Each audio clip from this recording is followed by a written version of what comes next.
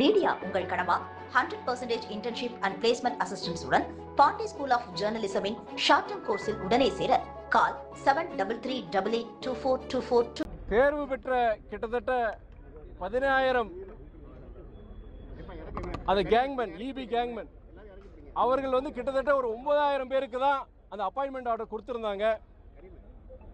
5493 பேர் அந்த மின்சாரத்துறையில் அந்த கேங்மேன் பணியிலேருந்து அவங்க விடுபட்டிருந்தாங்க. 10000 பேரில் அவங்க தேர்ச்சி பெற்றிருந்தாங்க. அவங்க அந்த தேர்வுலையும் சரி அந்த ஃபிசிக்கல் ஃபிட்னஸ் டெஸ்ட்லையும் சரி 9000 பேர் 10000 பேர் தேர்வு பெற்றிருந்தாங்க. அதில் 9000 சுற்றம் பேர் வேலை கொடுத்துட்றாங்க. இந்த 5493 பேருக்கு வேலை அவங்க அப்பாயின்மெண்ட் ஆர்டர் வரலை. அப்போ வந்து இவங்களுக்கு என்னன்னா அடுத்து வந்துடும் நமக்கு வந்துடும் சொல்லி நம்பிக்கையோடு இருந்தாங்க. ஆனால் அதிமுக ஆட்சி போய் மறுபடியும் திமுக ஆட்சி வந்தது. அவங்களுக்கு என்னன்னா எல்லா சாதாரண ஏழை வீட்டு பசங்க இவங்க 5493 பேர் எல்லாம் எக்ஸாம் எழுதி பாஸ் பண்ணிட்டாங்க, ஃபிட்னஸ் டெஸ்ட்டையும் பாஸ் பண்ணிட்டாங்க. அவங்க கூட எழுதின அந்த 9000 பேருக்கு வேலை கிடைச்சிருச்சு. இவங்க வீட்டில் இதை நம்பி சரி அடுத்து இந்த பசங்களுக்கு வேலை கிடைக்குன்னு சொல்லி பல பேருக்கு வந்து திருமண ஏற்பாடுகள், அவங்க வீட்டில் சகோதரிகளுக்கு அவங்களுக்கு யாராவது அவங்களுக்கு திருமண ஏற்பாடுகள். ஆனால் மாதங்கள் பல வருஷங்கள் ஆச்சு அந்த பசங்களுக்கு வேலை கிடைக்கல. நானும் தொடர்ந்து பலமுறை அன்றைய திமுக அரசு நம்முடைய மின்வாரியத்துறை அமைச்சர்கள், நீங்கள் செந்தில் பாலாஜி சகோதரராக இருக்கட்டும், நம்முடைய அண்ணன் தங்கம் தென்னரசுவாக இருக்கட்டும், நம்முடைய சகோதரர் சிவசங்கரனாக இருக்கட்டும், 3 அமைச்சர்களையும் பல தடவை இந்த விடுபட்ட கேங் பேசியிருக்கிறேன். சட்டமன்றத்தில் 2022 2023 எங்களுடைய சட்டமன்ற உறுப்பினர்கள் அண்ணன் பூமிநாதன் சகோதரர் ரகுராமன் அவங்க மூலியமா இந்த கோரிக்கையை வச்சு அந்த சட்டமன்றத்திலையும் நாங்கள் இதுக்கு ஒரு குழு அமைச்சிருக்கோம். அந்த விடுபட்ட கேங்மேன் 5493 பேருக்கும் கண்டிப்பாக வேலை கிடைக்கும்னு அன்னைக்கு அன்றைய அமைச்சர் செந்தில் பாலாஜி அவர் சொல்லியிருந்தார். மறுபடியும் 2023-24 எங்களுடைய சட்டமன்ற உறுப்பினர் கேட்டிருந்தோம், முதலமைச்சர் கவனத்துக்கு கொண்டு போகிறோங்க, ஏன்னா நிதி பிரச்சனைன்னு சொல்லியிருந்தாங்க. ஆனால் கடைசி வரைக்கும் இந்த 2025 கூட நம்முடைய மின்வாரத்துறை அமைச்சர் அண்ணன் சிவசங்கரனை போய் பார்த்துருந்தேன் நான். ஆனால் கடைசி வரைக்கும் அந்த போன ஆட்சியில் அது கிடைக்கல. பல பேருக்கு பல மன வருத்தம்.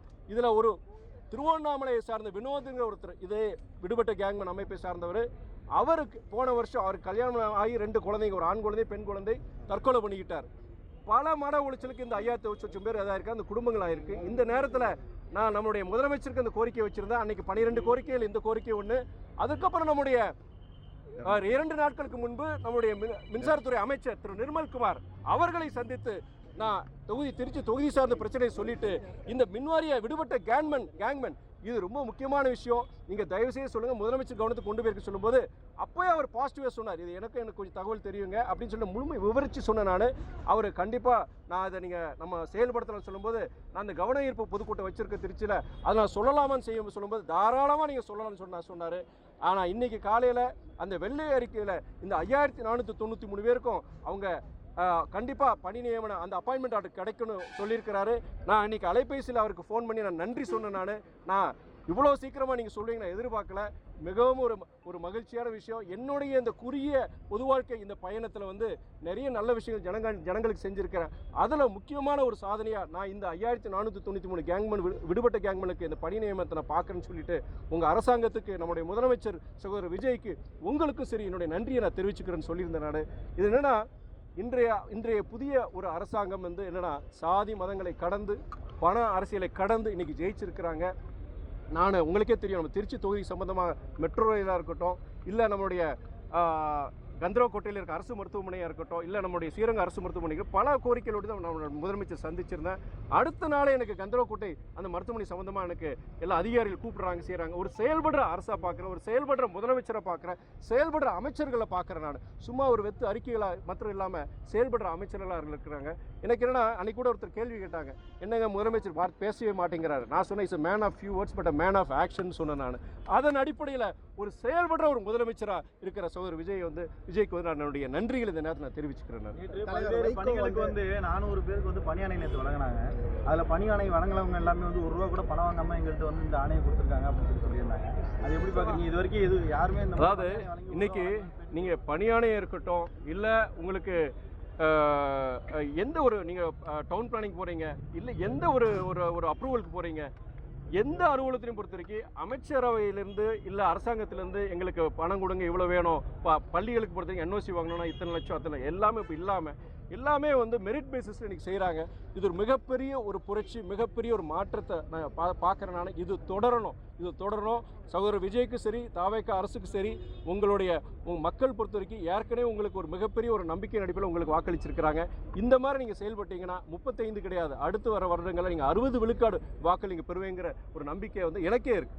தலைவர் வைகோ வந்து இன்னைக்கு சொல்லியிருக்காரு, பிசிகே தேமுதிக 2 பேருக்கும் வந்து கிளைக்கழகம் கூட இல்லாத கட்சிக்கு வந்து 8 சீட்டு கொடுத்தாங்க, கட்சியே இல்லாத ஒரு அமைப்புக்கு வந்து 10 சீட்டு ராஜ்யசபா கொடுத்தாங்கன்னு சொல்லியிருக்காரு. அது நான் வந்து என்னன்னா, அண்ணன் தொல் திருமாவேல ரொம்ப மரியாதை வச்சிருக்கிறேன் நான். அவர் இல்லாமல் இந்த அதாவது பட்டியலின மக்களுக்கு இருக்கட்டும், ஒடுக்கப்பட்ட மக்கள், ஒரு பட்டியலின மக்கள் சுருக்க முடியாது.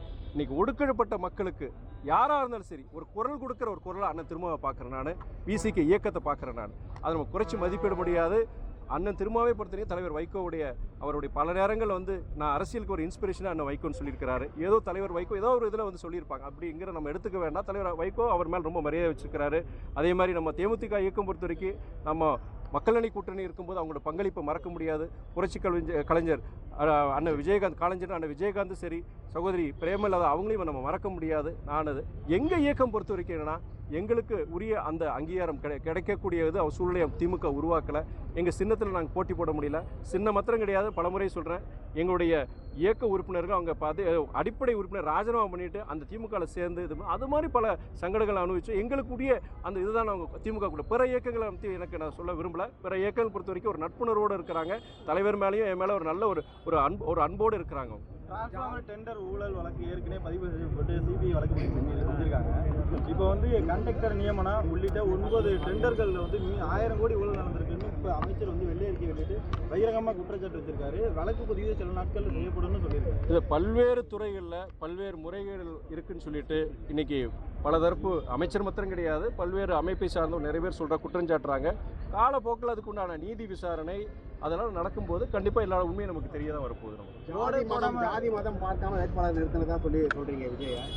ஆனால் பல இடங்கள்ல அவங்க ஜாதி பார்த்து மதம் பார்த்து வேட்பாளர் நிறுத்திருக்காங்க அப்படின்னு நீங்கள் தோழர் சொல்கிறீங்க.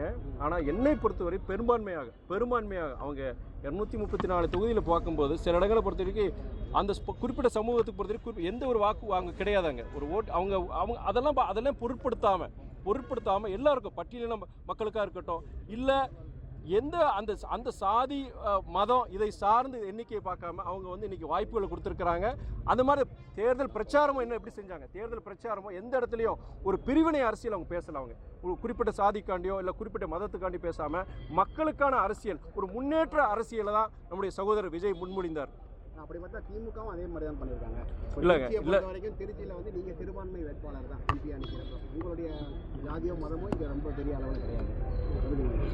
என்னை பொறுத்த வரைக்கும் நான் வந்து என்னுடைய வெற்றிக்கு வந்து எல்லாரும் உழைச்சாங்க. திமுக உழைப்பை நம்ம குறித்து சொல்ல முடியாது. பொதுவுடைமை இயக்கங்கள், காங்கிரஸ், விசிகே எல்லா இயக்கங்களோட வெற்றிக்கு உழைச்சாங்க.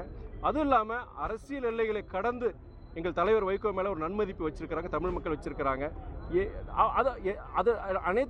அதன் அடிப்படையில் எனக்கு ஒரு வெற்றி கிடைச்சது. நான் நன்றி சொல்லியிருக்கிறேன். ஆனால் வெற்றி பெற்ற பின் எனக்கு என்ன, சாதி மதம் அரசியலுக்கு அப்பாற்பட்டு எல்லாருக்கும் ஒரு எம்பியான செயல்பட விரும்புகிறேன். நான் அப்படி தான் சொல்ல முடியும். 3,42 லட்சம் ரூபா பணம் வந்து எடுக்கப்பட்டு ரோடு போட்டதா வந்து வழக்கு பதிவு பண்ணியிருக்காங்க. அதாவது இன்னைக்கு நான் என்ன சொல்லுவார், பல்வேறு துறைகளில் வந்து பல்வேறு முறைகேடுகள் நடந்திருக்கு.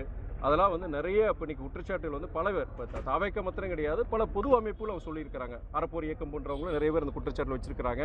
அந்த குற்றச்சாட்டுகளை பொறுத்த வரைக்கும் உரிய அந்த விசாரணை இந்த அரசு நடத்தும். அப்போ அந்த விசாரணை வரும்போது நாளைக்கு நீதி விசாரணை கூட போகலாம். அப்படி போகும்போது இந்த குற்றங்கள் உண்மையா, இந்த குற்றச்சாட்டுகள் உண்மையாங்கிறதுக்கு உண்மையாக இருந்தால் கண்டிப்பாக நடவடிக்கை எடுப்பாங்க.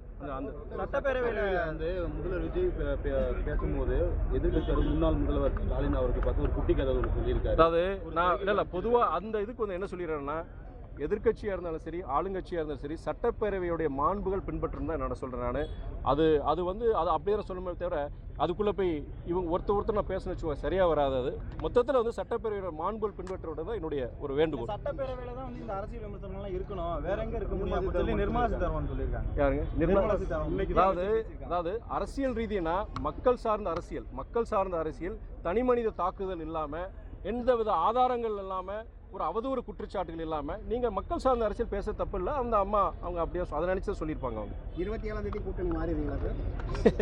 ஏங்க இன்னைக்கு 24 அன்னைக்கு தெரிஞ்சுருவாங்க. நீங்கள் எதுக்கு அவசரம்?